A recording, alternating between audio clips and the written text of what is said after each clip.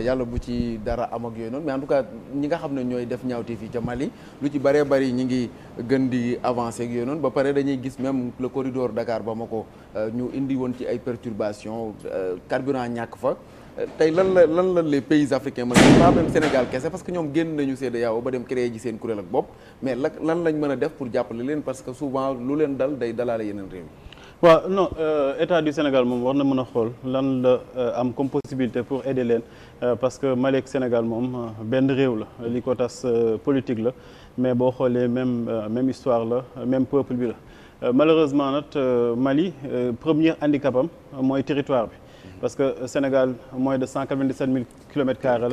la ñoom ñu ngi toll ci 1 200 000 kilomètres carrés xam nga ni ñun Sénégal gii rek dañuy am problème ba ñuy naan suñu réew mi rideau Maïga la fu waay neex jaar ci 196 000 kilomètres carrés à plus forte raison koo xamante ni 1 200 000 kilomètres carrés la kooku mooy gën a am ay jafe-jafe pour li nga xamante ni wàllum kaaraangeem la te aussi ñoom ñu am benn mbir boo xamante ne dañ ko jël ñu assumer ko mooy que ñoom dañu nekk ci révolution française jaar na fii révolution américaine jaar na fii révolution yëpp foofu ñu jaar ci lii pour ñu mën a defar li nga xamante ni mooy seen réew te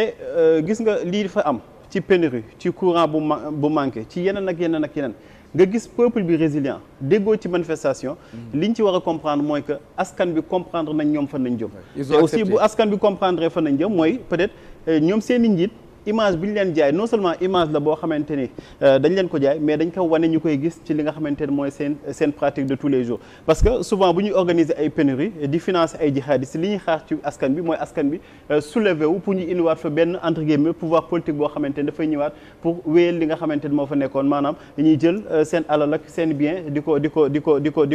exploiter di ko jël di ko yóbbu ci bitim réew donc tey ji askan bi malgré difficultés yooyu yëpp dañu résilient dañu ànd ak ñi nga xamante ne ñoom ñoo fa nekk di leen gunge parce que aussi bu nekkee da nga bëgg moom sa bopp fexe ba li nga xamante ni yàgg nañ koy def di nooteel di jël say ressources di yóbbu loolu yëpp nga bëgg koo récupérer faw nga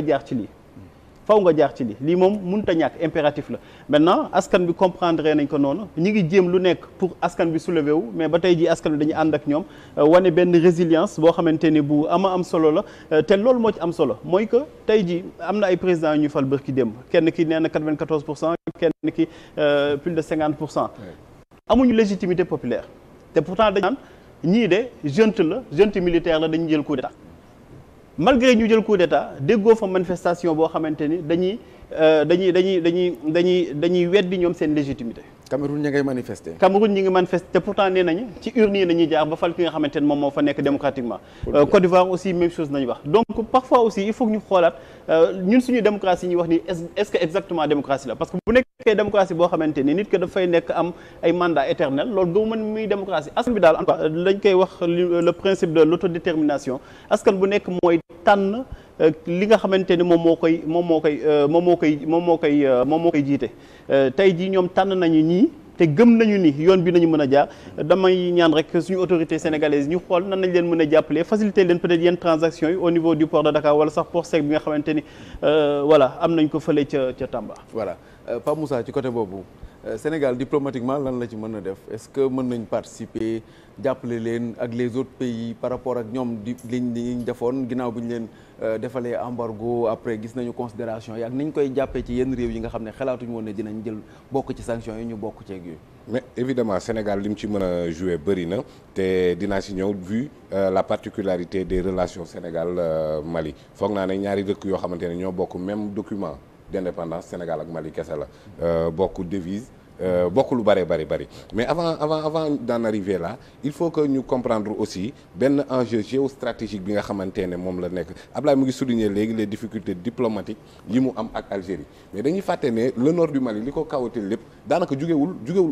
au Mali AQMI Al-Qaïda au Maghreb islamique nga xamante ne moom moo étendre toutes ses ramifications ci réseau terroriste yi j'aime pas dire djihadiste mais terroriste mais loolu noonu yëpp mu ngi commencé en Algérie avec le FIS Front islamique du salut Abassine Madani ak Ali Belhaj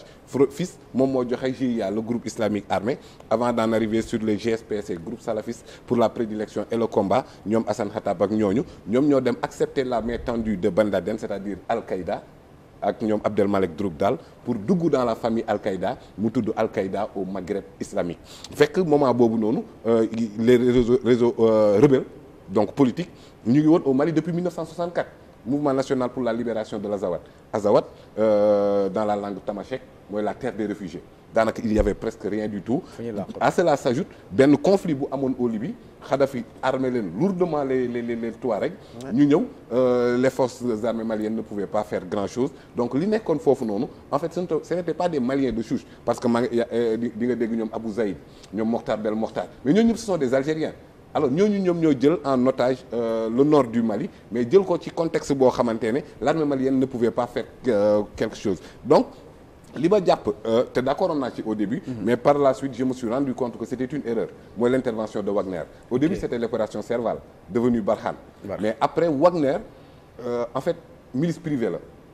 doo mën a xàmmee kan mooy responsable lu lan Yevgeny Prigojine donc benn homme d'affaires la bu ñëw yor milice privée Mali bàyyi lépp daanaka topp ko finalement on s'est rendu compte maîtrise bi ñu waroon mën a am au nord du Mali amul léegi nag dafay am enjeu géostratégique notamment le carburant ak d'autres enjeux yoo xamante ne ñi nga jàkkaar lool parce que bul fàtte ne dañoo génn CEDEAO mais aussi dañoo nekk en contentieux avec la superpuissance coloniale muy la France alors ñoom seen modus operandi lan la bu Ahmed Sékou Touré ne tul bokk CFA mais dañuy dem jël les barbouzes comme Bob Denard dugal au Syrie national pour fexe ba population bi jóg et c'est là où l'intervention de Pape Matar a eu du sens mooy malgré tout ça gisoo li nga xamante ne effervescence pour moins que ça dëkk Afrique yi. kon gars yi ñu ngi doon xaaraay manifestation au Mali loolu moo leen gën a loolu lañ ci jublu woon parce que xam nañ ne ak cette orientation bi nga xamante ne Assimi jël na ko ak les pays de l'AES mais mënatuñu am ces valets de la France passez-moi l'expression comme ni ñu ko daan amee mais léegi Sénégal. Le premier ministre Ousmane Sonko dafa waxoon bien avant son accession au pouvoir que dafa war a intervenir foofu noonu ce dont je suis d'accord. parce que en fait suñu frontières yi ak suñu réalité yi nii pour man foog mu am au-delà sax même d'intervention militaire foog ñu am ay forces armées sous-régionales pour ñu mën a faire face à ces menaces-là ku foog ne yow yaa ngi à l'abri de ces menaces yaa ngi juum alors donc waxatuma la nag dëkk boo xamante ne Sénégal mën nga dox ba dugg Mali te doo ko yëg teg ci wax maa ngi la koy wax léegi que ni ñoo bokk même document bu ñu amee indépendance benn dëkk la woon. l'ancien Soudan français alors donc kon suñu rôle sous-région bi te Mali aussi ses voisins immédiats ñu xam ni ñu def ba am cette liaison bi ñu am ak population yi ñu def ba am loolu noonu ci population wu dëkk yooyu non pas ces gouvernants nag parce que xam naa ne moom ak ñoom Algérie ak Libye moom y a même pas de gouvernement y a deux gouvernements. La population peut l'accepter docteur Ndéna Mbodj ci côté boobu yéenay jeexal yéen invité yi par rapport ak la situation au Mali tey lan la ci yeneen réew yu mën a def du mën a Sénégal kese pour que jàmm am fa mais aussi ñoom itam ñu protéger wu ndax lu ñu defal Mali day mel ni seen bopp lañ ko defal. waaw c'est avec